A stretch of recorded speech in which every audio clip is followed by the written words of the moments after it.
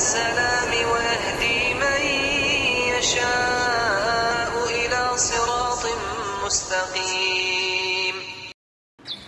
Assalamualaikum warahmatullahi wabarakatuh.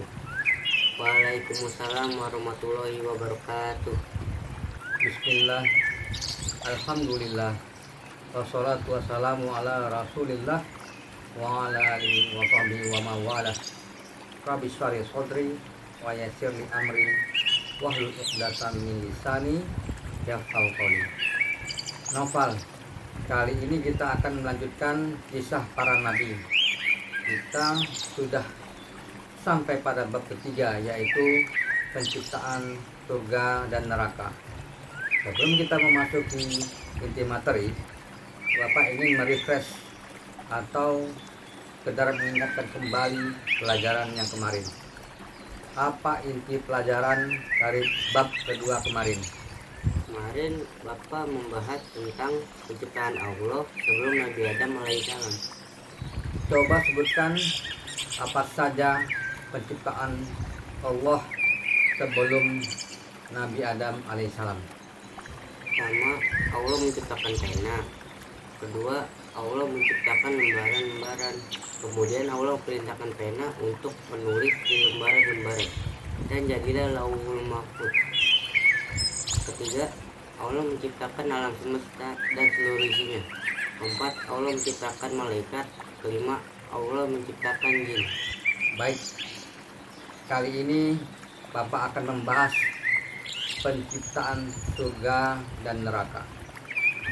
Di manakah letaknya surga dan neraka? Apakah terletak di dalam alam semesta atau di luar alam semesta? Allahu a'lam. Allah lah yang maha mengetahui di mana letaknya. Yang pasti surga dan neraka sudah Allah ciptakan sebelum Allah menciptakan Adam alaihissalam. Setelah Allah selesai menciptakan surga dan neraka, ternyata terjadi perdebatan antara surga dan neraka.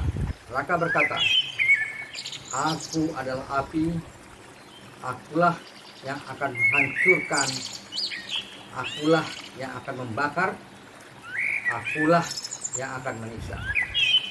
Surga berkata, "Aku adalah keindahan, aku adalah tempat kenyamanan, akulah tempat kemewahan dan kemegahan." Mereka terus berdebat satu sama lain sehingga Allah berkata kepada mereka, "Surga, engkaulah adalah tempat keindahan milikku, engkau adalah tempat kenyamanan, kemewahan dan kemegahan. Aku akan memasukkan ke tempatmu siapapun yang aku mau. Neraka, engkau adalah tempat penghukuman milikku. Aku akan memasukkan ke tempatmu siapapun yang aku mau." Subhanallah, surga sudah Allah ciptakan dan neraka juga sudah Allah ciptakan. Di mana letaknya? Wallahu a'lam. Allah lah yang maha tahu. Yang pasti surga dan neraka sudah Allah ciptakan sebelum penciptaan Adam alaihissalam. Sesudah Allah menciptakan surga dan neraka, Allah subhanahu wa ta'ala perintahkan Jibril alaihissalam untuk memeriksa keadaan surga, untuk mengecek atau menginspeksi keadaan surga yang baru Allah ciptakan. Jibril alaihissalam pun datang untuk inspeksi ke dalam surga.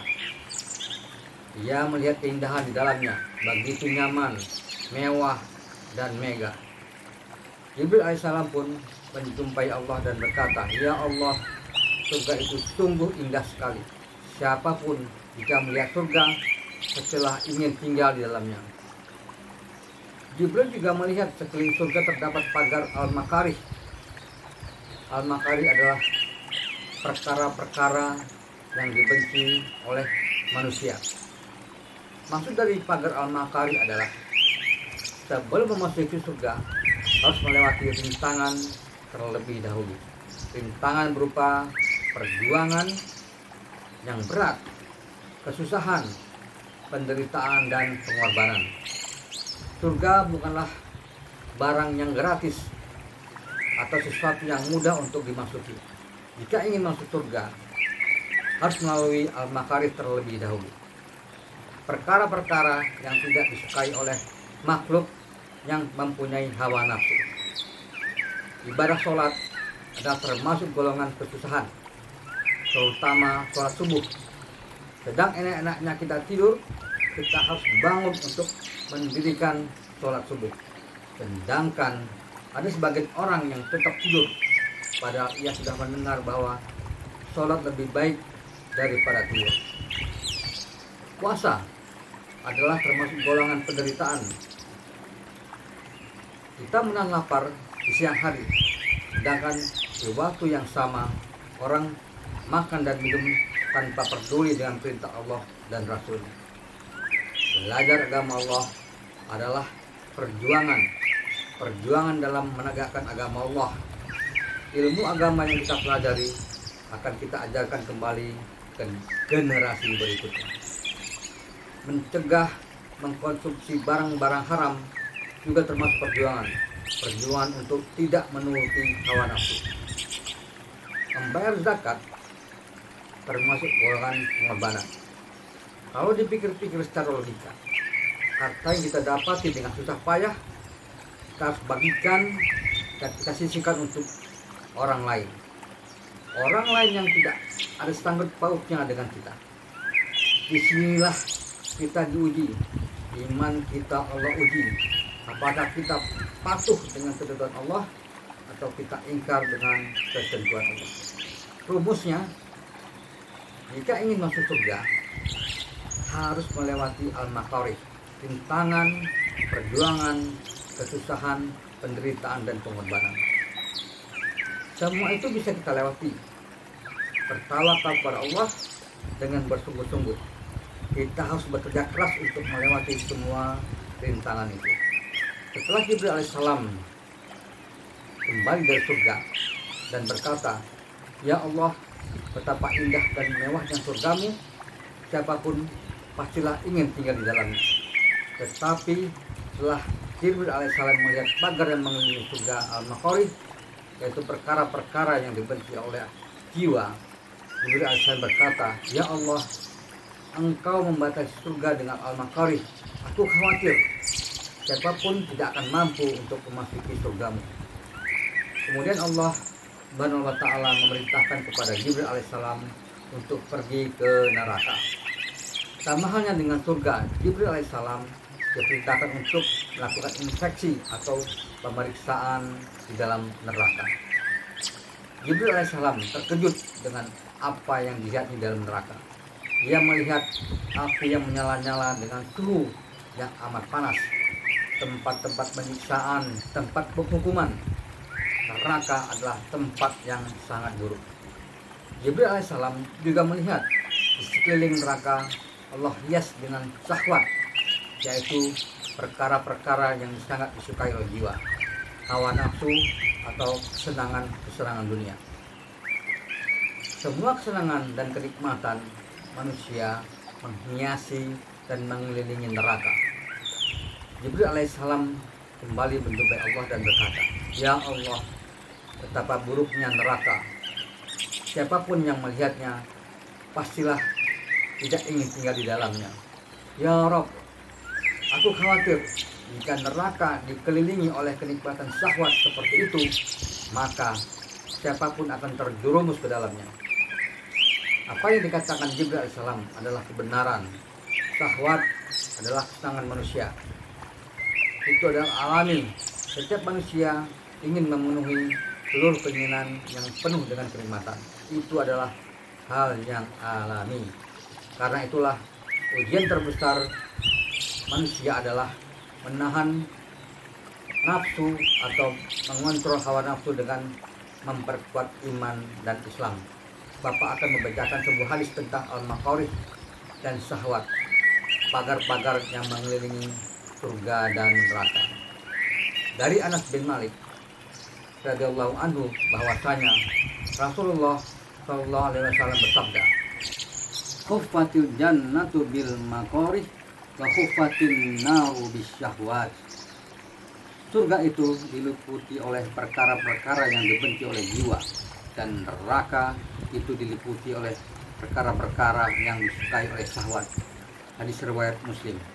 Surga dan neraka Allah ciptakan setelah Allah menciptakan malaikat dan sebelum Allah menciptakan Adam alaihissalam. Adam alaihissalam Allah ciptakan setelah Allah berdialog dengan para malaikat. A'udzubillahi minasyaitonir rajim.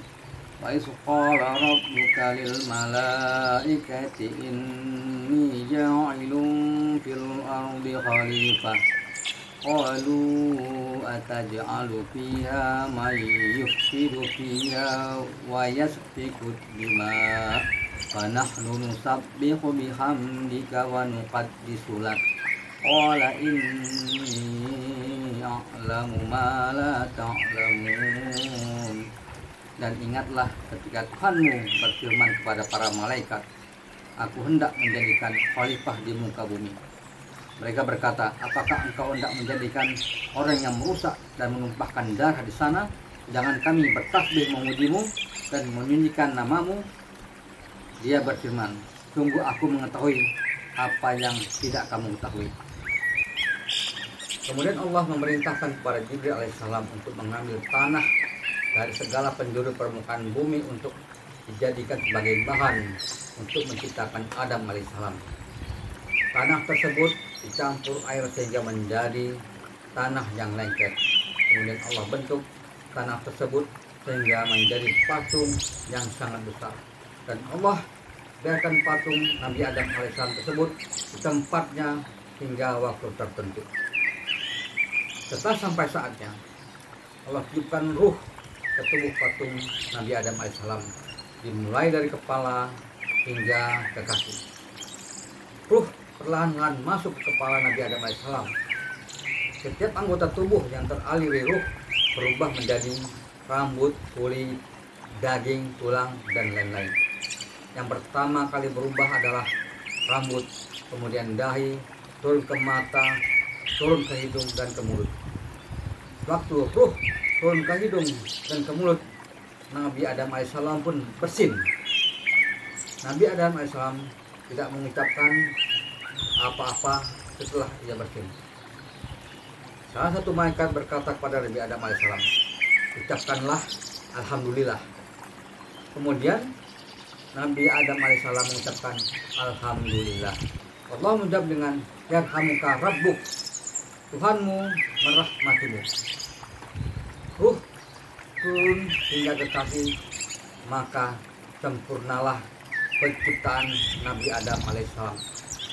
Bapak cukupkan sampai di sini dulu bab ketiga ini mengenai penciptaan surga dan neraka. Bab berikutnya Bapak akan menceritakan secara detail tentang penciptaan Adam alaihissalam. Oh iya Pak, maksud Bapak menceritakan kisah para nabi ini bukan hanya sekedar hiburan atau mengagumi kisah-kisah ini, tetapi jadikan kisah-kisah ini sebagai zikir kepada Allah, mengingat Allah bahwa Allah yang mengkisahkan cerita-cerita ini kepada Nabi Muhammad SAW dengan hak, dengan benar, dengan kebenaran. A'udzubillahi minasyaitonir rajim. Nahnu naqussu 'alaika ahsanal qasasi bima awhayna ilaika hadzal qur'an wa in kunta min qablihi laminal ghafilin. Kami menceritakan kepadamu kisah yang paling baik dengan mewahyukan Al-Quran ini kepadamu, dan sesungguhnya kamu sebelum kami mewahyukannya adalah termasuk orang-orang yang belum mengetahui. Bapak ingatkan sekali lagi bahwa Nabi Muhammad SAW adalah manusia terbaik di bumi ini. Bahkan Nabi Muhammad SAW adalah makhluk ciptaan Allah yang terbaik dari makhluk-makhluk ciptaan Allah lainnya. Wallahu a'lam bishawab. Subhanakallahumma wa bihamdik asyhadu an la ilaha illa anta astaghfiruka wa atubu ilaik. Assalamualaikum warahmatullahi wabarakatuh. Waalaikumsalam warahmatullahi wabarakatuh.